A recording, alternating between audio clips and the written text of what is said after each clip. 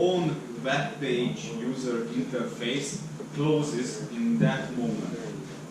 It means that if you are managing a device, an AP, a router, a switch under a controller, then you cannot manage anymore through its own web browser. Like you can try to reach the 0.1 again, your VPN router will says, oh, I'm under a controller, you cannot manage me only through controller. This is network security stuff. Okay, so keep in mind that. Yeah. Okay, so in the map, here we can see two kind of interesting things. One is your topology, which is simple. What is mine? Okay. The VPN router, switch, clients connected to the router, APs connected to the switch, client connected to the switch, and clients connected to the different APs. Okay, so you can see your topology with clients here. Also, you can get some data if you are clicking on it. The same management interface is going to be here. The other part of the map, which is kind of interesting here, is this.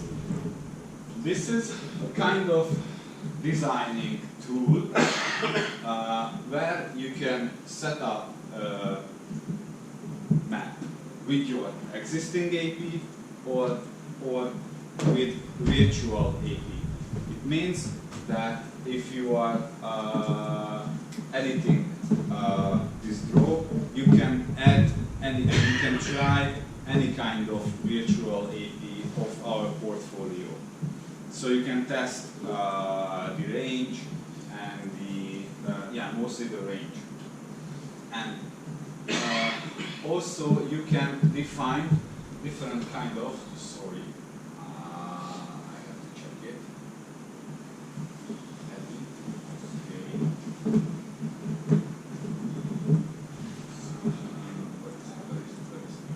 Yeah, so you can add AP to the system, which can be your existing AP or any kind of virtual device what we have in our portfolio. Okay, so you can try out every kind of device from us. And you can also add walls with given dBi signal decreasing. Yeah.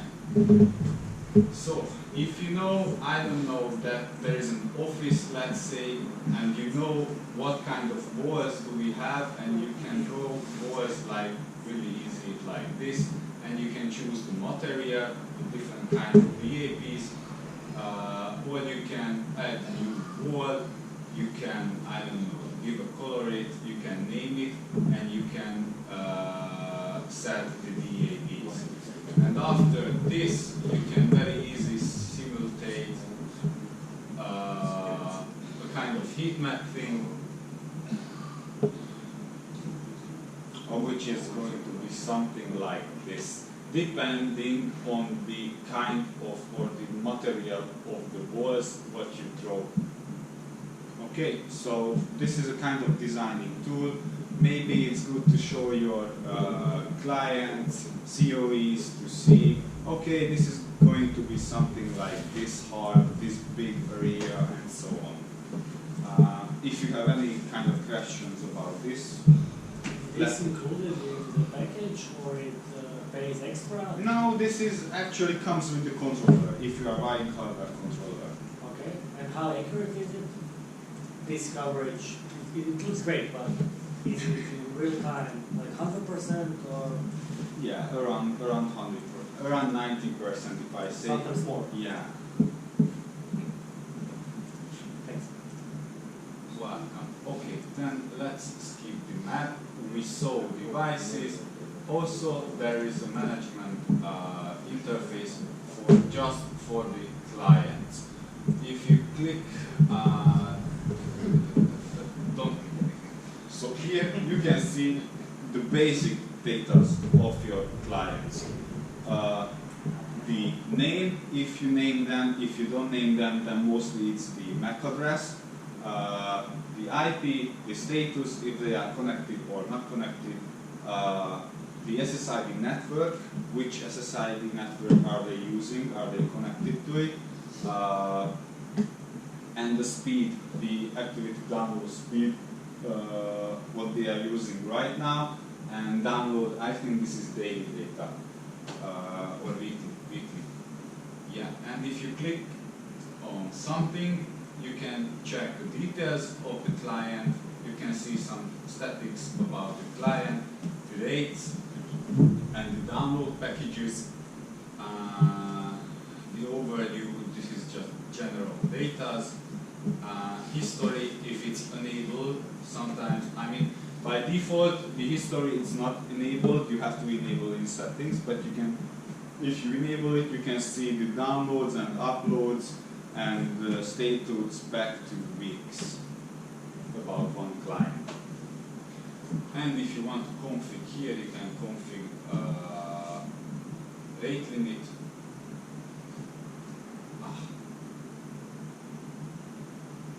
You can set up download upload limit for different kind of clients if you would like to. And you can force them, this is really important, you can force them to use fixed IP address. In case of mobile phones, this is kind of good, yeah. And if you force them, you choose what IP address they should use. Okay.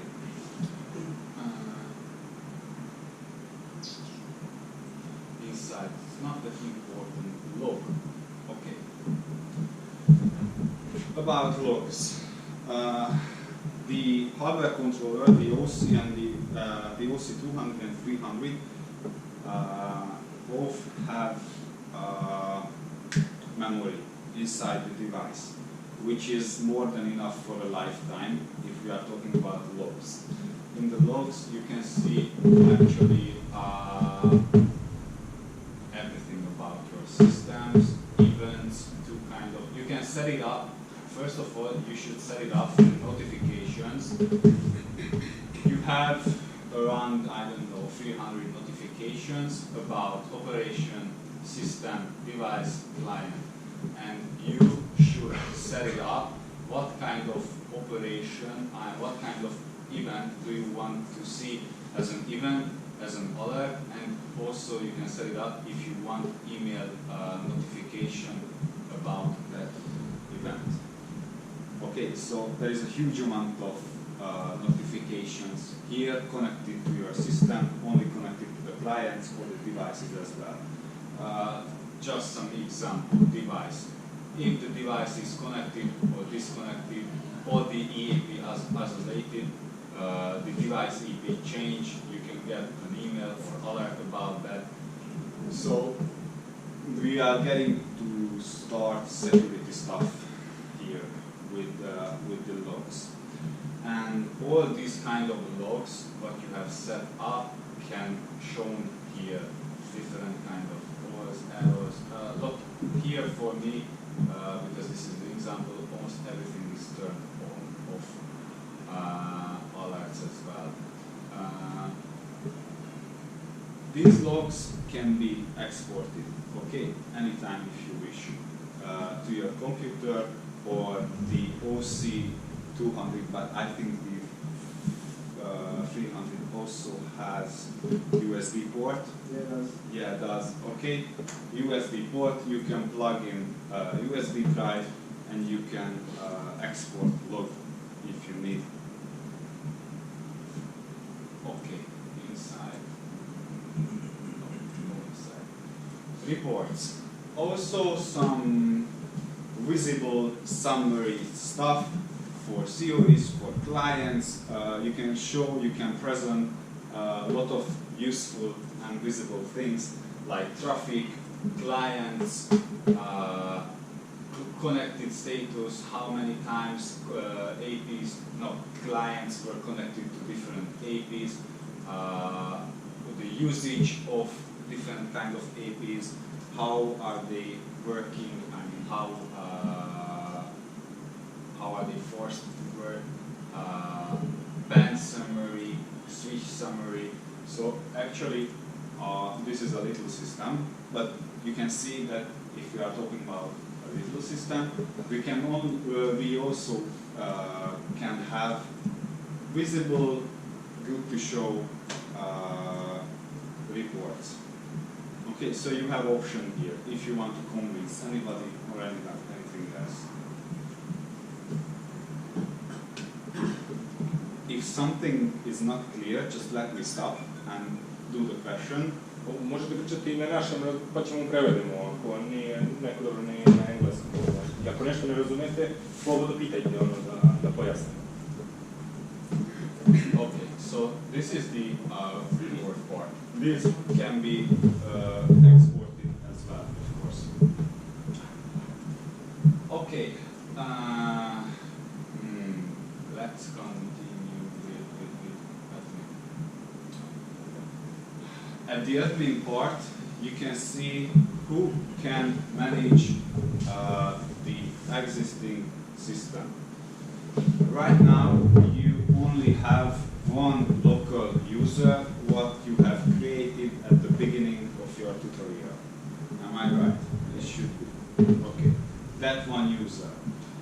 If you want to add new accounts, it's totally possible. You can choose, I'm not because I'm using Cloud Controller, it's a little bit different, but you can choose that you want to add local user or cloud user. If it's cloud user, you have to bind it to TP-Link ID. Also, you should set up role. Okay, what kind of user do you want? There are two options. Admin, viewer. Okay, that's all. Admin, the admin users have all the options to change settings, delete devices, client, everything. Viewer can only view, of course, your system, only to see.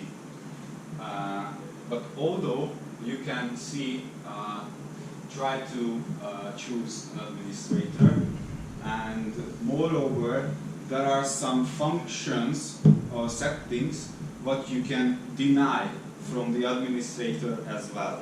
You can try it out. I cannot choose here administrator, but you can choose, you can try it out. There are some settings what you can still deny if it's an administrator as well. Okay, mostly that's all about the users, and you can set it up email alerts for different kind of users as well. What we have talked about email notifications. Okay, settings. Okay, this is the deep part of it. Let's go online. First of all, wired connections.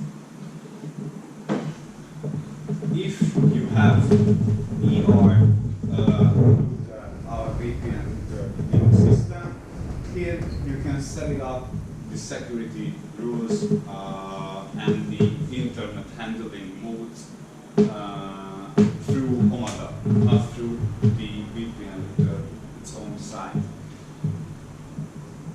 Here you can see what kind of ER routers I'm using. It's different from yours. It has more capability, but it's the same protocol. You have to set up your ports, what you are willing to use, what you would like to use. First of all, you set up. If you know that you will have, I don't know, 2 or 3 incoming internet connections, first of all, you have to set up the ports.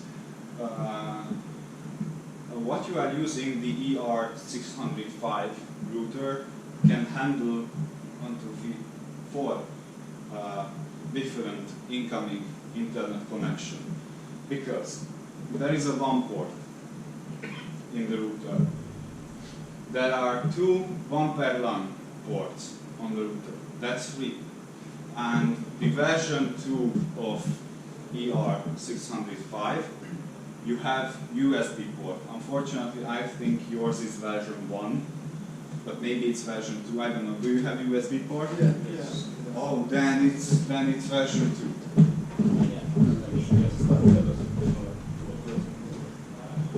And on the version 2, just give me a minute to open this. On the version 2, the fourth way of using a different incoming connection is using LTE stick, okay, with SIM card.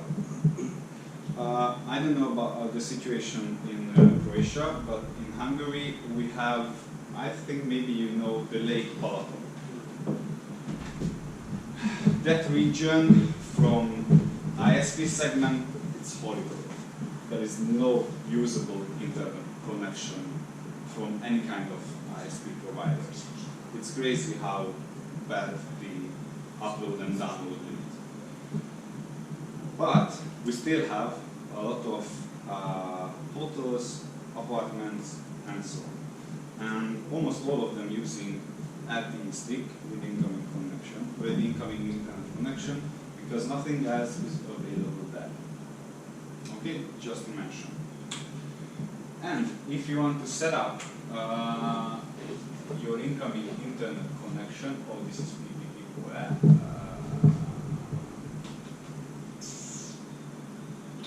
How can I show you? I'm trying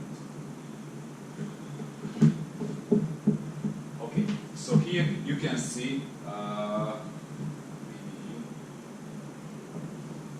because it's PPP.